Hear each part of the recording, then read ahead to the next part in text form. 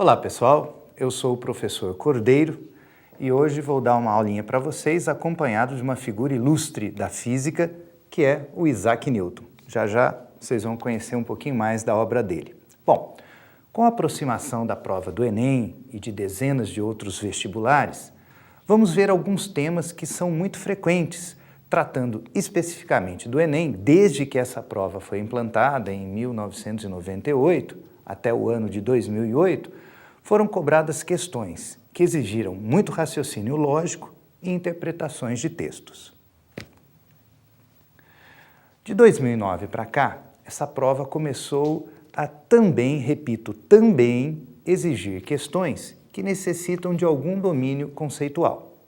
Por isso, dentro do que o tempo nos permite, nessa nossa pequena aula, vamos falar de alguns conceitos importantes, de algumas partes da física, especificamente leis de Newton, do Newton aqui, da hidrostática e da calorimetria, temas que julgamos prováveis tanto no Enem quanto em qualquer outro vestibular. Bem, para começar, vamos falar um pouco sobre as 3 leis do Newton. A primeira lei diz que se a força resultante for igual a zero, o objeto poderá estar em repouso ou em MRU. É possível também que, no caso de um corpo extenso, ele esteja em movimento de rotação uniforme, caso uma outra condição também seja obedecida, que é a soma dos momentos de força ser nula. Bom, para entender melhor essa lei, eu vou ler alguns trechos do livro do Newton, o Principia, de Isaac Newton, de 1666, e que traz aqui informações que podem ser úteis no seu vestibular. Me acompanhe. O Newton disse assim em relação à primeira lei: a vis incita, é um termo do latim, ou força inata da matéria, é um poder de resistir, através do qual todo corpo, no que depende dele, mantém seu estado presente, seja ele de repouso ou movimento uniforme em linha reta. Eu vou ler mais um pedacinho, ouça só. Essa força é sempre proporcional ao corpo ao qual ela pertence e em nada difere da inatividade da massa, a não ser pela nossa maneira de concebê-la. A linguagem é meio estranha, mas o que o Newton estava querendo dizer com isso é que a força inata da matéria, que é o que nós chamamos hoje de inércia, é um poder de resistir, através do qual o corpo tende a manter o estado em que ele estiver naquele momento. Mas vamos ler mais um pedacinho do livro do Newton. Olha o que ele disse. Uma força imprimida é uma ação exercida sobre um corpo a fim de alterar seu estado, seja de repouso, seja de movimento uniforme em linha reta. Ou seja, para alterar o estado de movimento de um corpo, eu preciso de uma força. E foi aí que Newton juntou essas duas informações que eu acabei de ler para você e enunciou aquilo que hoje chamamos de sua primeira lei, que diz assim: todo corpo continua em seu estado de repouso ou de movimento uniforme em linha reta, a menos que ele seja forçado a mudar aquele estado por forças imprimidas sobre ele. Bom, a segunda lei de Newton, da maneira como atualmente a enunciamos, afirma que a resultante das forças é igual ao produto da sua massa e da sua aceleração. Quando Newton enunciou essa lei, ele disse a mesma coisa, porém com outras palavras. Vamos ouvi-lo. Ele disse assim: a mudança de movimento é proporcional à força motora imprimida e é produzida na direção da linha reta na qual aquela força é imprimida. Em outras palavras, o que ele quis dizer é que a força resultante e a aceleração sempre possuem a mesma direção e sentido. A terceira lei de Newton é a famosa lei da ação e reação. Vamos ver como ela foi originalmente enunciada através da leitura do livro do Newton. Ele disse assim: a toda ação há sempre oposta uma reação igual ou as ações mútuas de dois corpos, um sobre o outro, são sempre iguais e dirigidas a partes opostas. Seja o que for que puxe ou empurre alguma coisa, é da mesma forma puxado ou empurrado sobre ela.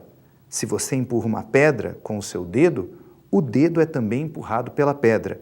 Se um cavalo puxa uma pedra amarrada a uma corda, o cavalo, se posso dizer assim, vai ser igualmente puxado de volta na direção da pedra, pois a corda distendida, pela mesma tendência a relaxar ou distorcer-se, puxará o cavalo e obstruirá o progresso de um tanto quanto promove o do outro.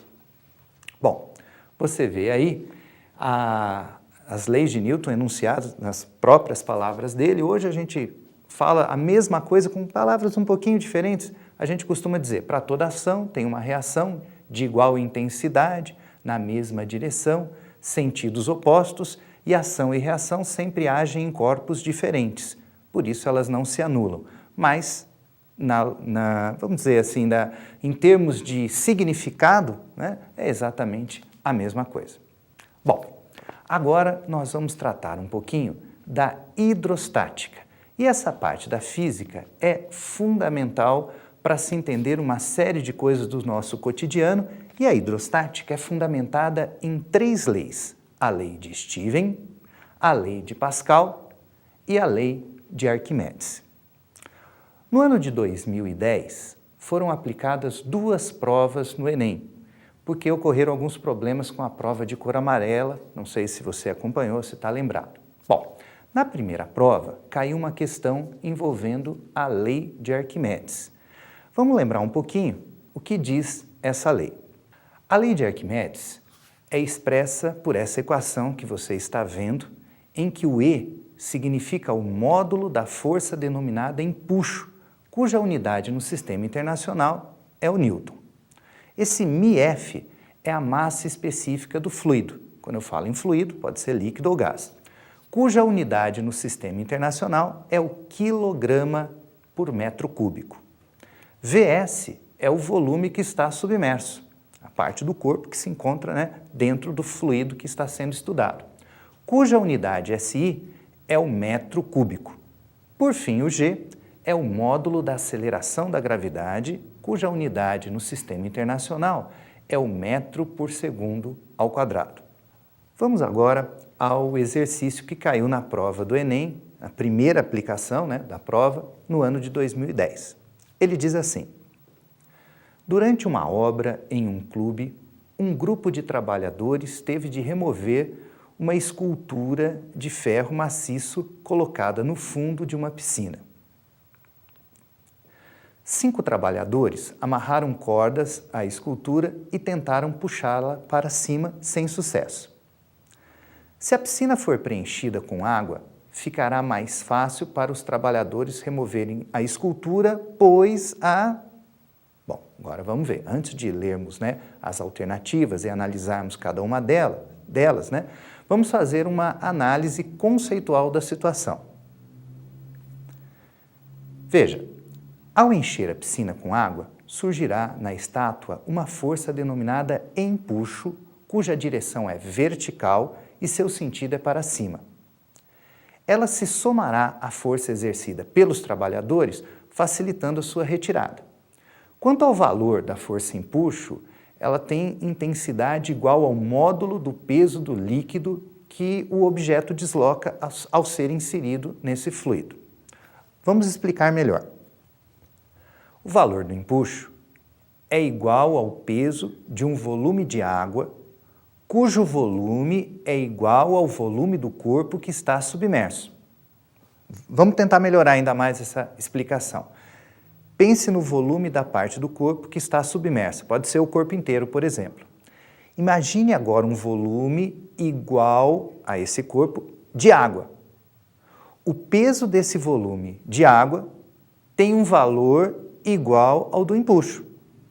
Assim, se a escultura for totalmente encoberta, o módulo do empuxo é igual ao módulo do peso de um volume de água igual ao volume da escultura toda. Agora nós vamos verificar cada uma das alternativas e localizar qual é a resposta correta. Alternativa A. A escultura flutuará e, dessa forma, os homens não precisarão fazer força para remover a escultura do fundo. Essa alternativa está errada, pois a escultura é feita de ferro maciço e, por isso, ela possui a mesma densidade do ferro, que certamente é muito maior que a da água e, por isso, não flutuará. Aliás, pelo contrário, sua tendência natural é ficar no fundo do recipiente, ou seja, no fundo da piscina. Alternativa B. A escultura ficará com peso menor e, dessa forma, a intensidade da força necessária para elevar a escultura será menor. Falsa também, pois o peso da escultura não varia. Se mergulharmos um objeto em água, a massa desse corpo não vai ser alterada, ela continua sendo a mesma. Consequentemente, seu peso permanece o mesmo. Então, está errado. Alternativa C. A água exercerá uma força na escultura proporcional à sua massa e para cima. Esta força se somará à força que os trabalhadores fazem para anular a ação da força-peso da escultura. Errado também, pois a força que surgirá na escultura, que é o empuxo, não é proporcional à massa do corpo, mas sim proporcional à densidade da água, é proporcional ao volume submerso e é proporcional à aceleração da gravidade do planeta, no caso da Terra. Alternativa D. A água exercerá uma força na escultura para baixo e esta passará a receber uma força ascendente do piso da piscina. Esta força ajudará a anular a ação do peso na escultura. Falsa, pois a água exerce na escultura uma força para cima, que é o empuxo. O empuxo é vertical para cima, não para baixo. Então, errado. Alternativa E. A água exercerá uma força na escultura proporcional ao seu volume e para cima. Essa força se somará à força que os trabalhadores fazem, podendo resultar uma força ascendente maior que o peso da escultura. Bom, por tudo que já foi dito, por tudo que comentamos, essa é a resposta. Alternativa E, então, é a que deveria ser marcada.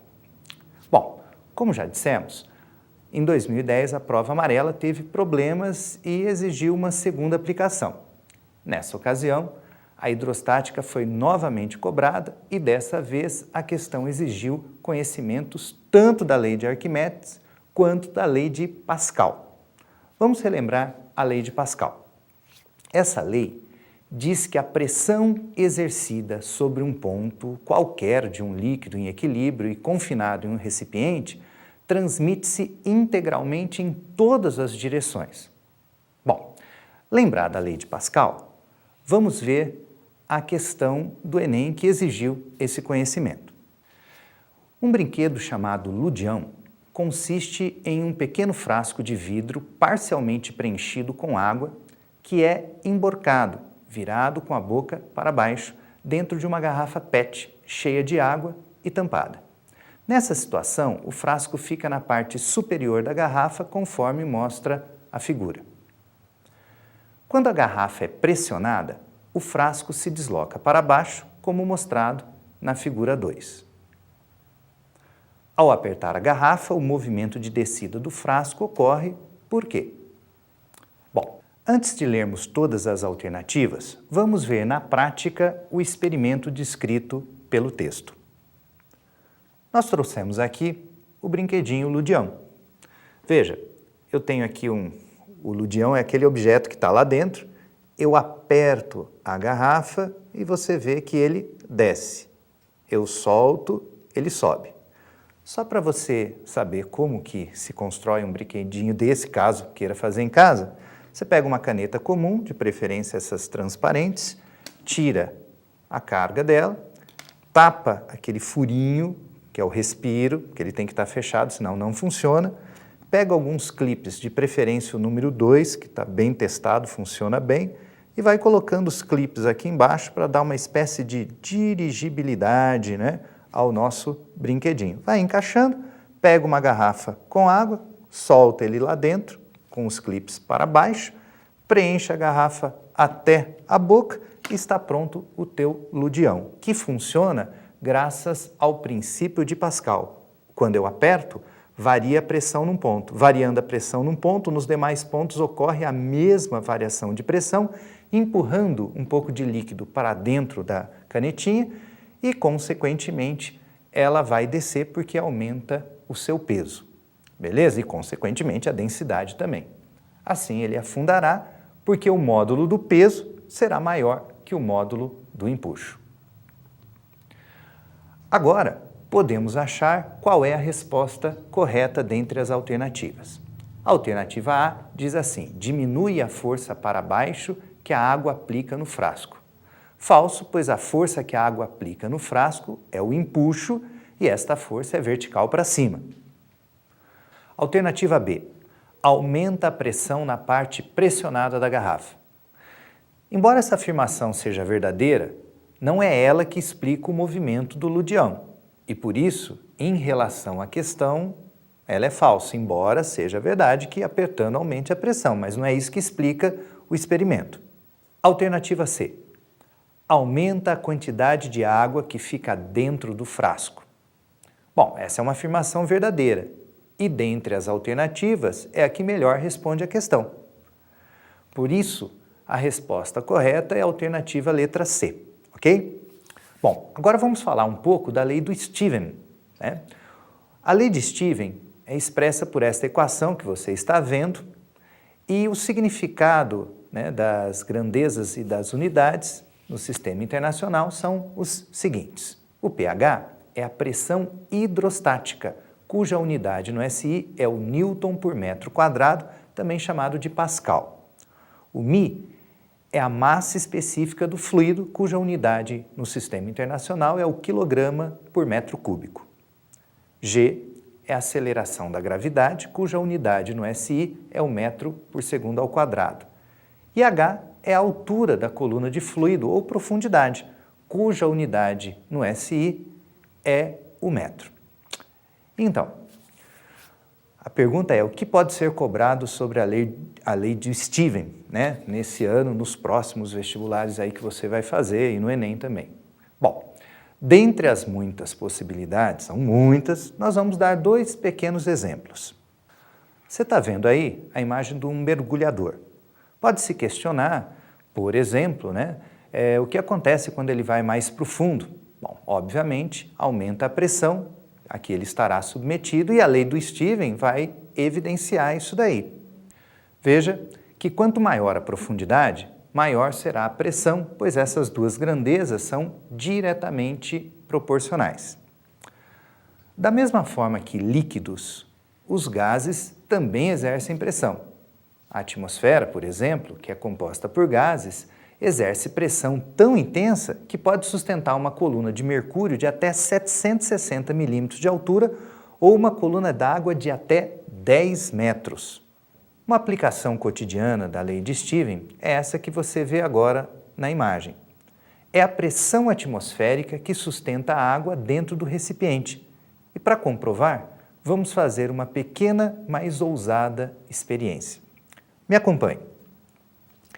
Eu tenho aqui um copo de água, um pedacinho de papel e vou colocar água dentro do copo até preenchê-lo totalmente. Vou encher completamente o copinho com água, que tem umas gotinhas de tinta azul aqui para facilitar a visualização. E agora vamos ao momento mágico da nossa aulinha. Eu vou tapar com o papel, secar minha mão aqui, porque senão vai dar errado a experiência, vocês vão rir na minha cara, né? Então vou virar aqui de ponta cabeça, eu tiro a mão e não cai. Agora eu vou pegar um pedaço de granito, colocá-lo aqui e agora o tchan, tchan, tchan, tchan, o momento mais mágico da nossa aula. Eu vou tirar o papel e a água não cai. Como no galão. É a pressão atmosférica que está sustentando a água aí dentro. Beleza? Bom, agora vou só tirar isso daqui antes que a água caia e vocês comecem a rir na minha cara. Beleza? Ó, não caiu. Steven me salvou através da pressão atmosférica. Legal isso, né? Bem, Mas agora, precisamos tratar um pouco do terceiro tópico previsto para a nossa aula de hoje, que é a calorimetria, que faz parte da termologia. A termologia se fundamenta em dois conceitos, temperatura e calor. Vamos relembrar seus significados através desta pequena definição, mas muito importante, que você tem que saber. Temperatura está associada ao grau médio da agitação térmica das partículas de um corpo. A figura apresenta dois corpos, A e B, e seus respectivos graus de agitação. Essas aspinhas que você vê ao lado, das bolinhas representam o grau de agitação das moléculas que compõem cada um desses corpos. O corpo A possui partículas com maior grau de agitação e, por isso, pode-se afirmar que ele possui maior temperatura que B. Agora vamos definir a grandeza calor. E para compreender melhor esse conceito, vamos considerar que aqueles dois corpos, A e B, do exemplo anterior, estejam próximos um do outro. Devido à diferença de temperatura entre eles, ocorrerá a troca de energia e, por isso, o mais quente esfria e o mais frio esquenta. O objeto que perderá energia, no caso o corpo A, diminuirá sua temperatura. Suas partículas passarão a vibrar menos e sua energia interna diminuirá. O objeto que receberá energia, no caso o corpo B, terá sua temperatura aumentada e, por isso, as partículas vibrarão mais e sua energia interna aumentará. Enquanto a energia está em um corpo, em um determinado corpo, ela é denominada energia interna. Mas quando a energia estiver em trânsito, passando de um corpo para outro, ela é denominada calor. Calor é a energia térmica enquanto em trânsito que passa espontaneamente do corpo de maior temperatura para o corpo de menor temperatura. Para que corpos troquem calor, é necessário que estejam a diferentes temperaturas. O calor passa espontaneamente do corpo mais quente para o corpo mais frio. E essa troca cessa quando ambos entrarem em equilíbrio térmico, uma coisa que cai sempre em vestibular, cuidado com isso. Ou seja, atingindo a mesma temperatura, não tem mais troca de calor. O calor se propaga de um corpo para outro de três maneiras diferentes: condução, convecção e irradiação. Mas sobre esse tema, eu sugiro que vocês assistam no YouTube um vídeo que trata desse tema. Procura lá, Professor Cordeiro, Rap do Calor, e você terá uma breve revisão sobre essas formas de propagação de calor, de uma forma assim, digamos, uma brincadeirinha didática. Assista lá, você vai gostar. Bem, o assunto termologia é muito amplo, mas como essa nossa revisão é relativamente curta e temos que tratar de vários temas, eu vou me fixar em alguns tópicos que costumam ser mais abordados nos vestibulares e no Enem. Nós vamos resolver agora uma questão que exige vários conceitos dessa parte da matéria. Essa figura faz parte de uma questão da prova do Enem. Eu não vou ler toda a questão, pois ela é muito longa, mas, resumindo, após uma série de informações, aparecia esta figura que faz parte da planta de uma usina termosolar. Usinas termosolares refletem a luz do Sol, direcionando-a para o foco de um espelho parabólico, por onde passa um cano que contém um fluido. E, devido à concentração das radiações solares, o fluido se aquece e transfere calor para uma massa de água que vaporiza, passa do líquido para o gasoso, e os vapores, sob pressão, movimentam uma turbina, que, por sua vez, movimenta um gerador de eletricidade. Mas o que a questão realmente perguntou foi o seguinte, acompanha lá. Considerando que a distância entre a borda inferior e a borda superior da superfície refletora tenha 6 metros de largura e que focaliza no receptor os 800 watts por metro quadrado de radiação proveniente do Sol e que o calor específico da água é 1 caloria por grama grau Celsius, ou podemos escrever grama elevado a menos 1, Celsius elevado a menos 1, que é a mesma coisa que o por grama grau Celsius que vocês estão mais habituados, que é igual a 4.200 joules vezes quilograma a menos 1 vezes Celsius a menos 1. Então, o comprimento linear do refletor parabólico necessário para elevar a temperatura de 1 metro cúbico, equivalente a 1 tonelada de água, de 20 graus Celsius para 100 graus Celsius em 1 hora, estará entre... Caramba, né? O texto é tão cheio de detalhes que o exercício parece difícil, mas na verdade não é tão difícil assim, nem tão simples, vamos ter que pensar um pouquinho. Para resolvê-lo, teremos que relembrar a equação da potência e a equação que permite também o cálculo da quantidade de calor que provocaria a variação de temperatura desejada. O conceito de potência expressa a relação divisão entre a energia transformada ou transferida, no caso desse exercício, essa energia ou calor, e o intervalo de tempo em que ocorre essa transferência, como se observa na fórmula que você está vendo. Nessa fórmula, o P representa a potência, cuja unidade no SI é o watt. Pode-se, dentre várias possibilidades, usar também o caloria por segundo, que também é frequente nos vestibulares. O EN representa a energia transformada ou transferida, no caso, o calor, cuja unidade SI é o joule, mas também pode-se usar o caloria e outras mais. ΔT representa o intervalo de tempo no qual houve a transferência de energia, cuja unidade no SI é o segundo. Pode-se também usar minuto, hora ou qualquer outra unidade de tempo. Essa outra equação permite calcular a quantidade de calor Q, denominada calor sensível. O calor é uma forma de energia e, por isso, no sistema internacional é medido em joules.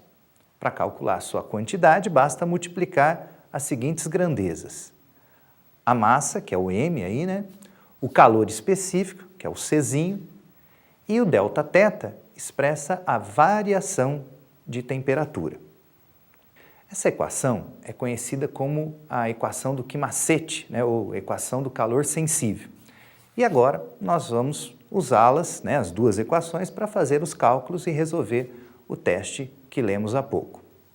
Bom, como o teste pede o comprimento dos espelhos para aquecer 1 metro cúbico de água desde 20 graus Celsius até 100, vamos, em primeiro lugar, calcular a quantidade de calor necessária para cumprir essa tarefa. Então, a gente pega a equação do Kmasetti e substitui lá a massa, 1.000 kg de água. O calor específico, como eu estou trabalhando em quilograma, eu tenho que pegar no sistema internacional 4.200. 80 é a variação de temperatura. Fazendo as continhas, a quantidade de calor necessária vai dar 3,36 vezes 10 à oitava joules. Como o problema afirma que este aquecimento deve ocorrer em 1 hora, é necessário termos uma potência adequada para que o aquecimento seja cumprido no tempo determinado. Por isso, o passo seguinte é calcular a potência. Vamos lá? Bom, como nós vimos, potência é energia por tempo. A energia é o calor, de 3,36 vezes 10 à oitava joules. E o tempo é em 1 hora. Só que nós não podemos usar hora, vamos ter que passar para segundos, então 3.600 segundos. De propósito, não faremos essa conta e, por enquanto, deixaremos o valor, né, da potência escrito na forma de fração. Já já você vai ver por quê. Simplificações que vamos fazer no final, tá? Bom, outro dado apresentado no problema é que o Sol irradia 800 watts por metro quadrado. Assim, nós poderemos determinar qual a área que implicará a potência encontrada no cálculo anterior, ou seja, teremos que calcular quantos metros quadrados de espelho são necessários para conseguir a tal potência. Como a largura dos espelhos é de 6 metros, o que queremos saber, e nós queremos saber o comprimento, né? Nós procederemos da seguinte maneira. 800 watts por metro quadrado é a potência, né, irradiada pelo Sol. Esses 6 metros vezes L é a área do espelho. 6 metros a largura e o L o comprimento que nós queremos determinar. Que vai ser igual ao 3,36 vezes 10 à oitava por 3.600 watts que nós já havíamos encontrado. Aí você vai fazer essas continhas e vai achar que o L é igual a 19 metros. Bom, eu gostaria de lembrar que muitas outras coisas, muitos outros assuntos, fórmulas, podem ser cobrados, mas eu creio que estas foram dicas assim possíveis de caírem, aliás, muito prováveis, para o Enem, para vestibulares de qualquer região do Brasil. E encerrando, eu desejo a todos boas provas e que essa aula possa contribuir pelo menos um pouquinho com a sua aprovação, tá bom? Abraços, até mais!